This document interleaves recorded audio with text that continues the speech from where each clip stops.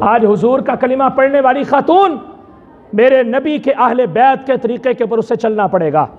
اللہ نے قرآن میں فرمایا یا نساء النبی لستن کاحد من النساء، اے میرے نبی کی گھر والیو، خواہ تم میرے نبی کی زوجہ ہو، خواہ تم میرے نبی کی بیٹیاں ہو، کوئی بھی ہے تم میں سے، پورے جہان میں تم جیسی عورت دوسری ہے ہی کوئی نہیں ہے، پوری کائنات میں لستن کاحد من النساء، خواتین میں سے صبح قیامت تک یہ فرمان موجود ہے، خواتین میں کوئی بھی ذات میرے مصطفیٰ کے گھر والوں جیسی کوئی نہیں ہے۔